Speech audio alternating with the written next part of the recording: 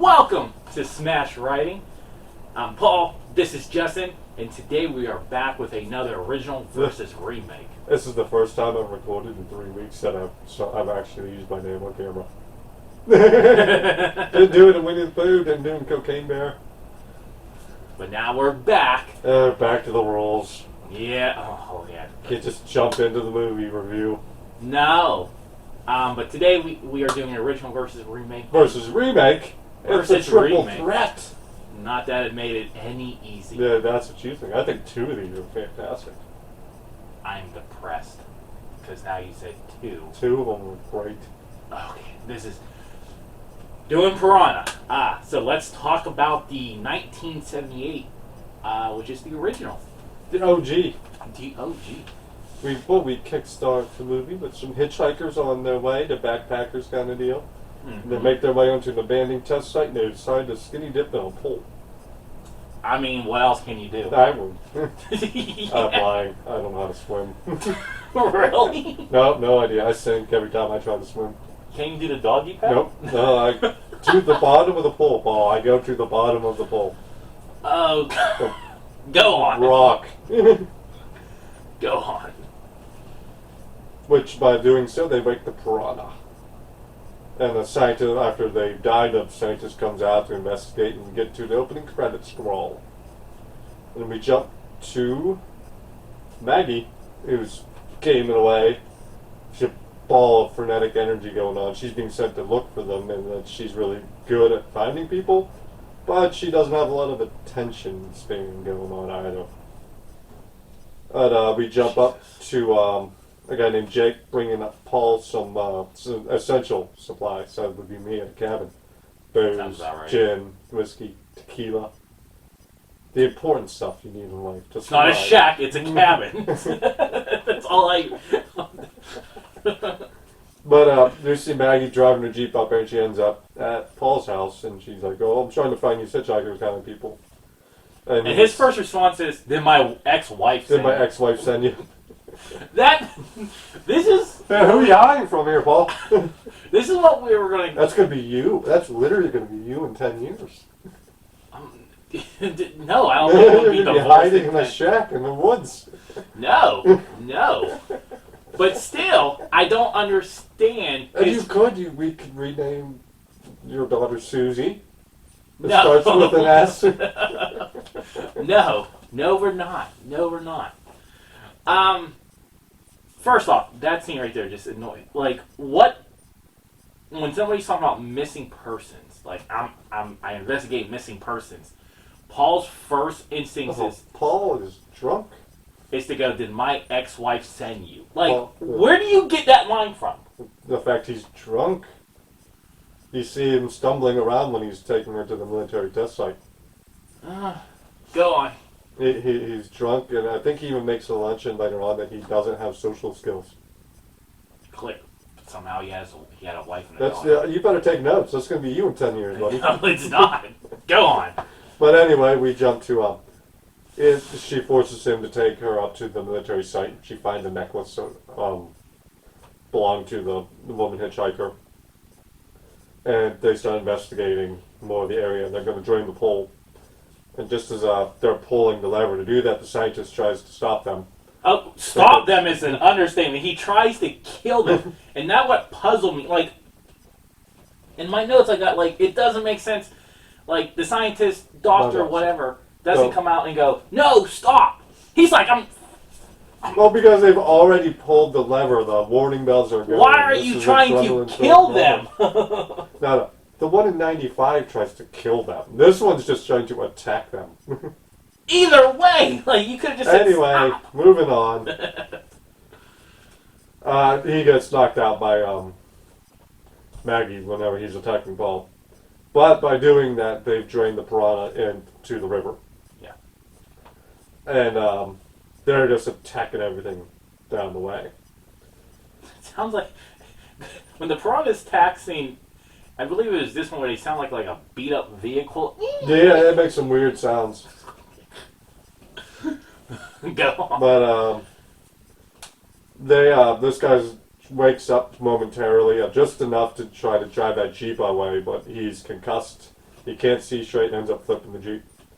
So they manage to get him back. He's unconscious, so they pretty much are like, overnight, they have to wait overnight. They gotta put this guy to bed and try to figure out what to do with him. And they get to know a little bit about each other, and you find out that he has a daughter who's in camp, and you see the daughter in summer camp. She's afraid of the water. She doesn't go in the water. But back with the couple. I wrote the note here. Guts! Guts, Paul, you gotta have guts. That's what that camp counselor was yelling at the little girl. Guts! Guts, Gorman! Guts! You gotta have them. We see that Jake is drunk at the river. Jack? Jack. Jack is drunk at the river, my bad. His friend is Jack, not Jake. But then he gets killed by the piranha real easy. Mm-hmm. But they decide... Poor dog. Is it in this one or the 95 where the dog swims? 95. Okay. But they decide that they're going to take him down to the dam on a raft. A homemade? A homemade raft, yeah. That's actually interesting. I do like that. Yeah, that takes skills. Like, let's not underestimate. Yeah, Paul's a real outdoor woodsman. Not this Paul. He's not going to last in that shack. Oh, gee. Contour. But they get the doctor to talk. His name is Dr. Robert. And he's the one who made the piranha. It was supposed to be used for Vietnam to destroy the rivers and everything. And it's their fault because they released it. Despite him believing they suspect it's his fault. But they find Jack's body here, I believe. Yeah. And they take Daisy and they continue off on their rafting cycle. And they come across a little kid stuck on his boat because the piranha ate his dad. And the dad, the scientist trying to redeem himself a little bit, jumps in and tries to save the boy, but he dies in the process. But they put his body back on the raft. And the blood starts seeping through and it activates the piranha who just completely demo this raft. Yeah. They take it apart. And they just manage to get back to shore. And while Maggie and the kid are trying to catch a breath, he takes off running to the dam because he realizes that they're going to let the water out into the rest of the river. So he just makes it there in time. The military comes down and they start poisoning the lake to kill the fish. And they're like, well, the doc already said he tried this. And it didn't work. And they're like, trust us, we know what we're doing. But meanwhile, he points out another, they're like, there's a spillway here. They're going to get around the dam. And they're like, no, you're crazy. Drunk. They lock him in his tent, but they manage to get out. But they try to call ahead to the camp to stop them from doing their swim test. Because they're going to do a swim test on all the kids to get their water badge. And the guy counselor answers, he's like, you're drunk, Gorman! Stop calling me! No, you cannot speak to your child. Good night. Yeah, really. You can I speak to my daughter? No. Click. But they're trying to race down there. They get intercepted by the cops and are now in jail. And she uses a method that she'd heard about. One of the people she'd been looking after used to get out of jail. She breaks the pipes and starts flooding the jail. And she uses the back of the toilet porcelain to knock out the guardman comes in to stop the water. And they get out. But by this point, it's too late. The piranha are attacking the camp. And they've moved on to the resort. They attack the resort.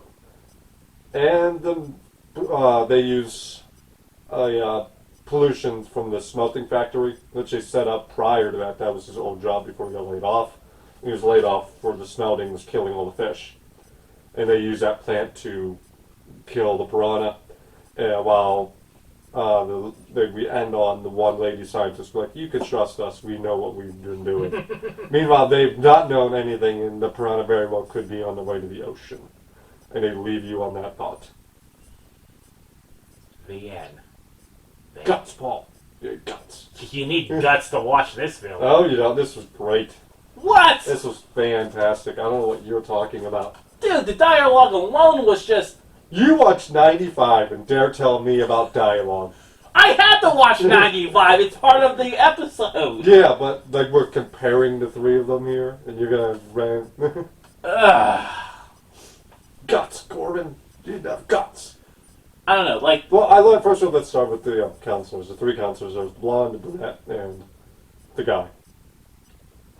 I liked how none of them really ran away from this situation. Even the guy, he's been kind of a jerk to everyone. But even him, he's in that river with the piranha just flinging kids out of the pool.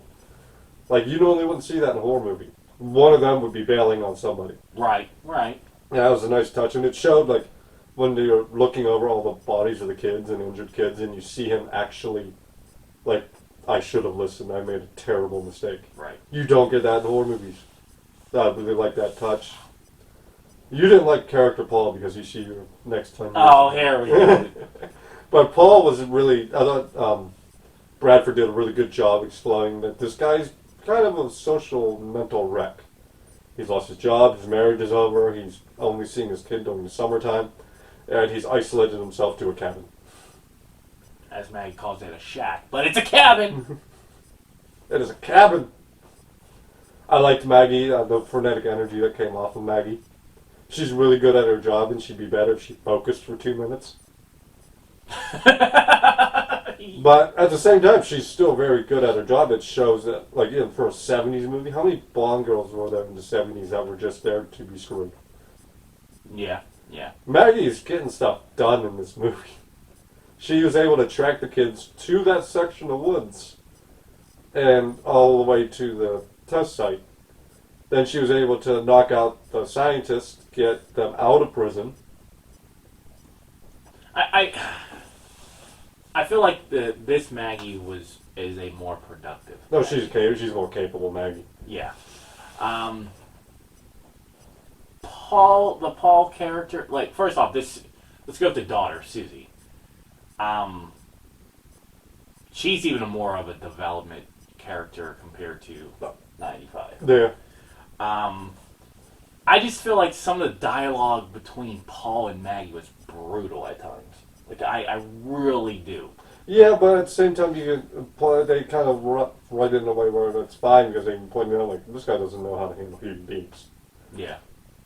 I will go back to Susie for a moment. I really liked how they set that up, too, to where there's nobody on shore. I'm going to talk about this later on, too. She's the only one on shore. And you still see her trying to drag that canoe and then having to settle for the raft. Yeah. And we'll come back to that in 95. It's crazy because this came out, 3 years after Jaws? Yeah. And Well, this is supposed to be a spoof of Jaws, but I don't think they hit that spoof part. No, I don't. No way. There's no real comedy here. I mean, there's a few little laugh out loud moments, but this seems that more times they're taking it more of a serious spoof. Yeah, like no way I could have even.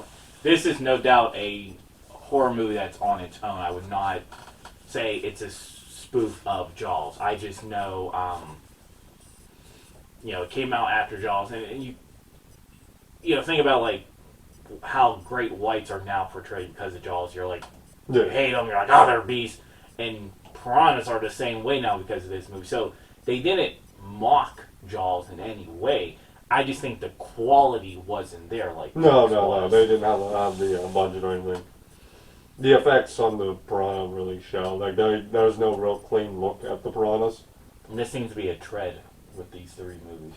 Oh, you get some clean looks in 2010. I agree, but overall, it seems to be a trend that your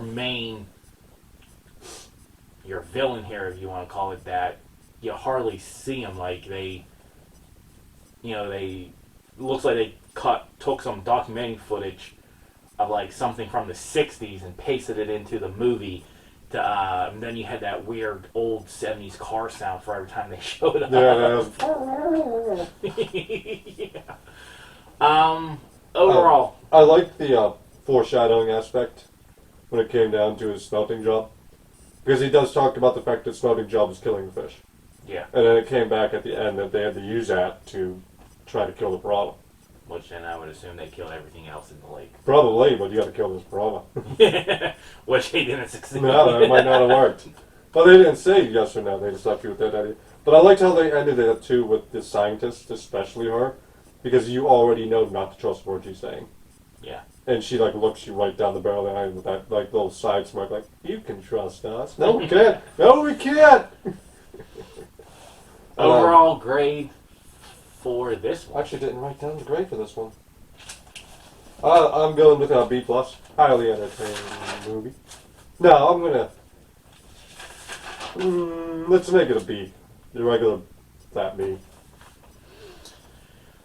I was a little bit more disappointed. Just the dialogue really kind of just roughed my feathers on how they were talking and how this dialogue wasn't really adding up to where it should be. I'm not saying this is the worst film of all time, no, but I am actually just giving it a D. That was the requiem. I'm giving it a D, 60%. Alright, Piranha 95, here we come God. for you. Okay, this is going to be real fast. Synopsis here. Take everything we said about Piranha 78, drop out the military side of that, they're not here. Suck out all emotion from the characters. And that's 95. Okay, first off, so you don't need to read plot. We gender swapped the scientist. It's no longer Dr. Rob. There's a redhead woman. I didn't write her name down. Not worth it.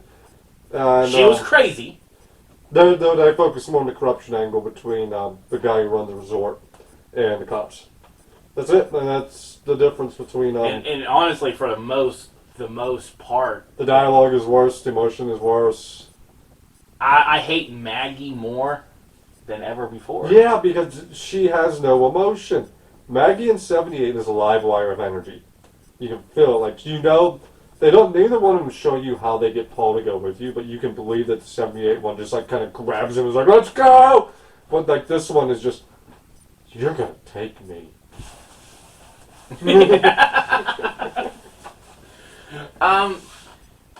Yeah. Her dialogue is so dead. Her performance is so wooden. It's Paul is just you. No growth in the 10 years for you, Paul. This was... You're dying to get the 2010 because there's no Paul in 2010. I know, right? We're just skipping ahead now. I don't think there's a Paul in 2010. No, there is not. Thank God. So you can't keep cracking the same joke over and over again. I will still be married in 10 years. That's what Promise. you think. No, I won't sign the papers. But I don't think that Paul did either. Just assume. I'm like, no, we're married on paper still. Even like the child, this Susie. Oh, you actually had a competent actress in Mila Kunis to play the kid, and you just... I was shocked. No, Like, when I seen the credit, like the beginning credits roll, and I'm like, oh, Kunis is in there. So I'm like, cool. But then even then, like you can pick her out of that crowd of kids too. You really can. She has a face that never changes. Even today, like she's in her 40s, she has the same face. Like you can't miss her. Yeah. But even then, like it's not to her, but when they put these kids in this 95 film, it seems so random. Like I was like the whole time until I pieced it together because I watched 2010 first, 95, and then the original. No particular reason why I did it, just how it came up to be. Your insanity. But yeah, you're right. Besides taking out the military aspect, it was really shot for almost. Yeah. And I texted him that, and I was like, dude, it's like I'm literally watching the same film. Yeah, slight differences, but they managed to go from, and I just gave the 78 a D. They was like, no, let's mess this up even more. Yeah. What's your grade? This is a D. You're being more generous than I am. Well, it's not insulting. It's Yeah. just bad. It's just bad movie. So I will say I will give, I like to bug him when I hate films so bad I give them incompletes if I don't even want to finish watching them. I did finish watching this one. You're only getting away with one incomplete in this lifetime, sir. I am giving this one a F. 50%. Like, it teeters on that going below the F. It really does. There is no more below the F. You're No. done. You're done. No, it's unsatisfactory, satisfactory, and then incomplete. Those Know your report card grades! are what they give classes who doesn't matter. Exactly! No, I'm giving Nobody this cares if you failed gym. It's P. No, seriously, I'm giving this an F. I can't even. Only the best part of this film for me watching was Was there a good part in this film? it of the film itself Well, was there's the director doing the commercial and the bimbo comes stepping in this children shot. You're like, what are you doing there? that was the only decent part because you're just like, and it's not even because it went with the film. It's just like it was a funny scene because you're like, you first think it's almost fitting in. Like you're going to have this woman in this bikini, their boobs popping out basically in front of all these kids, and then the director has to come like, "You're in my shot." Oh, like she was trying to get famous. It was hilarious. But F, Well, I mean, to go back to the jailbreak scene in '95 real quick. They each did the same thing with the water pipes. right. Maggie in '78 knew it because it was done by a guy she'd hunted. This Maggie saw a movie. That's right. They altered that. Yeah. I just looked at it and saw my note there. I'm like, I got to talk about that because that was so dumb. Again, to show the difference between the Maggies. This one just sat down and watched the movie. Like, I saw it in the movie. This Maggie knew about this from experience. That is true. So you're even giving her more credibility. Yeah. All right, let's. 2010. Boy, I got some notes about 2010 here. Holy crap! All right, well because the plot is now different. Justin, read the plot. Oh no, what was that? Oh, that's from '78. Never mind. This is the notes from 2010. Give us the plot. Alright, the plot of this is a very different movie. We start with a... Really different. Yeah. We start with a guy on a fishing boat. And I really like... Did you catch the call back to Jaws here? The song he was listening on to the radio. Show me the way to go home. Yes. That's the song they were singing in Jaws. But a nice callback right from the jump. Now we're getting into spoof territory here. Earthquake hits. It splits open the ground beneath the boat. It causes a whirlpool. All the piranha come up from the bottom. They take them out. Then we jump to a coastal town on Lake Victoria for spring break, and it is... Boobs They everywhere. are going real hard on spring break. We meet... try to find this main character's name. Andrew. Andrew, was that his name? Yeah. Main character Andrew's picking up his sister. His sister's talking to this one woman. Really great, weird, funny conversation going on between the two of them. About her boobs. About her boobs. Everybody looks at your boobs. My brother likes your boobs. Yeah, everybody does. Well, I love the fact that she called her brother out the moment he showed up. He likes your boobs. Hey, stop looking at her boobs. But we find out she's a wild Bob girl. Her director, Jake, wants Andrew to be his man on the scene. He's going to show him all the areas of the film. And Jake agrees to this because, well, yeah. He's in high school, so there's a chance to see free boobs. You know? Meanwhile, we meet his mom, who's the sheriff, and Deputy Fallon, who are wildly outnumbered. Real quick, though, before you finish the plot, they didn't make it clear that those two, like, in the initial scene was, right? What? That Andrew was his mother was the sheriff. No. You don't see that until she shows up to his room. Okay. But we do meet the sheriff and the deputy. They're wildly outnumbered. They're trying to keep the peace. But anyway, we jump back to the scene. Paul beat me to it. Andrew gets caught looking up the Wild Wild Girls on his computer at home. Which causes like 20 pop-up ads to pop up on his computer. It was the best scene in this movie. Was that? Because that was so realistic. Like, when we review some of these films, like, you know, they're films, but then, like, okay, this film came out in 2010. Back in 2010, if you were watching porn, you knew that was happening. You speak for yourself, perf. But, she wants him to watch his little brother and his little sister the next day. Mm-hmm. And he reluctantly agrees to this. But we jump, and the sheriff is getting called in to find the body.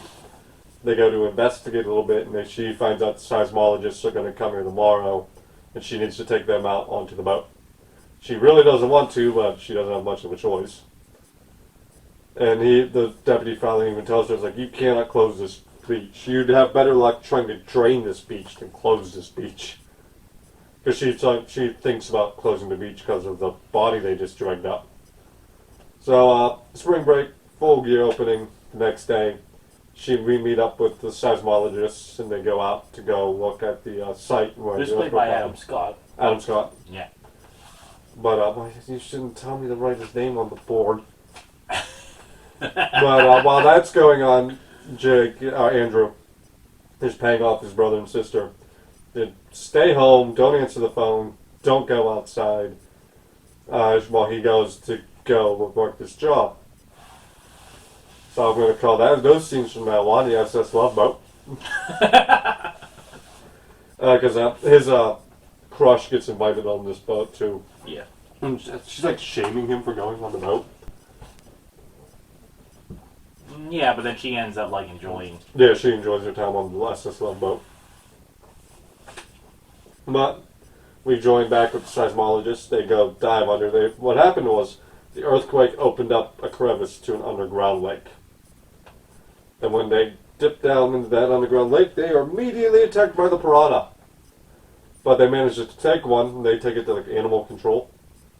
To our favorite, Carl Goodman. Played by Christopher Lloyd. And he explains to them that this is the OG piranha back during prehistoric days and it's supposed to be extinct and that they must have been living off of themselves. They were eating each other for survival. And now that they're free, they're going to eat everything. They're upsetting the food chain.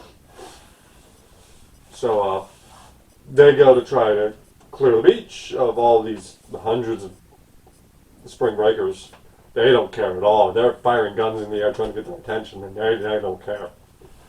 And until the piranhas show up, and they get a bit of assistance there by just completely ravaging. This is a gory, nightmarish assault from these piranhas. it really That was. lasts for like, what, 15, 20 minutes? It just does not stop. Yeah. But it is fantastic. Some of the gore and death scenes in this. It's not even just from the piranha. Like, there are a few people who get run over by boats of people who are trying to get away. Yeah. True chaos. Another one, their hair gets caught in propeller and it rips off their face. Yeah. Bing Rames at one point rips off a boat propeller and starts propelling his way through the piranha. Yeah. Well, no, here's the best part, like, during that chaotic scene is when they take their shotguns and they start blasting them. Yeah, sure. Like, Adam Scott's just shotgunning piranha out of the air. Bing Rames goes down after the propeller, but he doesn't. He's alive. Right. In the sequel. But back on SS Love Boat, Jake, who's been losing his mind because nothing seems to be going his way with one thing. Everyone's having a good time except for him, it seems. But the little glass bottom gets stuck on the rocks and the piranha start attacking people who come into the river. And the ship is sinking because the glass bottom is broken. So they manage to get a call into the mom when things are just quieting down for her. So her and Adam Scott race off to go save the kids. One of the wild girls, the last one standing, she dies. And they manage to pollute and blow up the area kind of deal. And kill all of those fish. But that's when she gets the call from Carl that what they've been dealing with are the babies. And the final shot is one of the giant, like 5-foot piranha just taking out Adam Scott, and we cut the black. Yeah. There we go. Now. This is a spoof. Yeah, because... Nobody took this movie seriously, and everyone had a great time for it. Yeah. And obviously, like, you knew... While you were watching it, like, before... This is wildly different from Yeah. 1978. First off, like, 1995. the chaotic scene was really what kind of determined that it was going to be more of a spoof rather than a true horror remake. Definitely when you got Derek literally making note that his penis got ate. And And they show it sinking to the bottom, too. And then they have the piranha eat it and then regurgitating it. Yeah. So, like, that scene right there confirms that it is definitely more of a... I mean, if you didn't have it confirmed by that point. Yeah. Then Then also, like, you're still talking about the Derek character. when he's clearly been dead because he's worried about his. Oh yeah, he comes back to life for a little second so they can dump him in the river and use him for distraction. Yeah, but I still can get over that dialogue. Like his last words, like they took my penis, but like his whole lower body is completely gone. It's like, dude, no offense, you're gonna die anyway, so let it go. This was just wild. It was out there, and they just like, you know what? This is a goofy concept. Let's just see how far we could push that line. They legitimately did probably do what the 1978 wanted to do. That is, I don't know. Like I said, I think 78 times wanted to be a serious horror movie. Well, the 95 kind of was like, we're going to make it a spoof. But 95 was like, we're just going to be stupid. That's 2010 is just like, let's just have fun. and like you said, you guys, I'm glad that they took out the Paul and Maggie and Susie characters. Yeah, I think you went as far as you could with those characters in the first two. I did actually appreciate, like, the whole concept. Like, I know, like, this was aiming kind of be more of a slight spoof more than anything, but I did appreciate that. The story was actually pretty decent outside of the action part of it. Like, okay, in underground ocean getting ripped open through an oak crate. We all know, like, scientifically, that stuff can happen. And then you kind of explain instead of, oh, we're making genetic animals to be our killers. No, these are generally prehistoric animals. That concept is out there, but I do like the idea of trying to explain, like, oh, this is what happened to them. Yeah. Their fate. Some of the graphics, I was kind of like... The CGI, like, it was 50-50. It was either fantastic or it was horrible. bad. Yep. The whirlpool at the beginning was real bad. Real bad. I was just like, what? As soon as I seen it, I was like, what am I about to watch? Because I've only seen clips of this movie. I never actually... So this is actually my first time ever watching it, and I just never... As soon as I watch it, I'm like, what am I about to watch? I've only watched this movie like once or twice. I've watched the sequel, Double D, way more. But this was a lot of fun. I had a blast. I have a blast every time I watch one of these Piranha movies because, good lord, they just have fun. Just their gore. Just that assault scene on the beach. So much is happening. And there was some effects there too, like... Like, mind you, like, you think about, like, in this film, these piranhas are, like, well, even all these films, they're real fast fish, Yeah. And you literally have people with shotguns, like, just competing with their speed. Gotcha. And they're killing. They're blowing them out. So it's not like it's a miss. They're, like, legitly getting these fish. And they're like, how are suddenly we're all competing with these fish now? I love the scenes though where you had the effects of, like, the woman's face getting ripped off and... Oh, that guy got decapitated when his head got stuck between the two boats. Yeah. It felt like true chaos and panic. Everyone trying to get on the raft and they tipped over the raft. Yeah. You had Ving Rhames in that. Motor propeller, that was an excellent shot, excellent scenes. And you just see all the dark... I like the fact that they went dark without showing you the piranhas. You just see the dark images in the water surrounding him at one time. To show you just how big of a threat he was trying to hold off. Yeah. I did like the look of the piranhas. The CGI piranhas looked pretty good. Yeah, I don't think I had any problem with the overall piranha and how they looked in this film. I will say, like, you're a big Christopher Lloyd fan. I'm a so-so. I think he has good cameos. Like his first scene in this film of him when they bring the piranha to the shop, it was just there. But like his cameo at the end of leading it to the next film, like that's just the babies. I like him more in cameo roles like that. Yeah. Yeah, but it would have been weird if he just called. Hey, just so you know, Laura, those were the babies. Have a good day. And I like Adam Scott, but I hate him in movies. And seeing him die at the end was just like fitting because you're just like, just die. And then What's wrong with what? No, I like Adam Scott. Him with the shotgun on the jet ski was amazing. Yeah. Overall, what's your grade? B plus. No. Be more. Yeah, B plus. I'm giving it a C plus. I thought it was a good spoof. Nothing makes you happy. I'm very like hard. Yeah. The entire February block, you gave everything C's. But I'm still giving it a C plus. I still enjoyed it. I just thought like with the CGI being hit and miss at times, that probably would have helped it a lot more. Winner!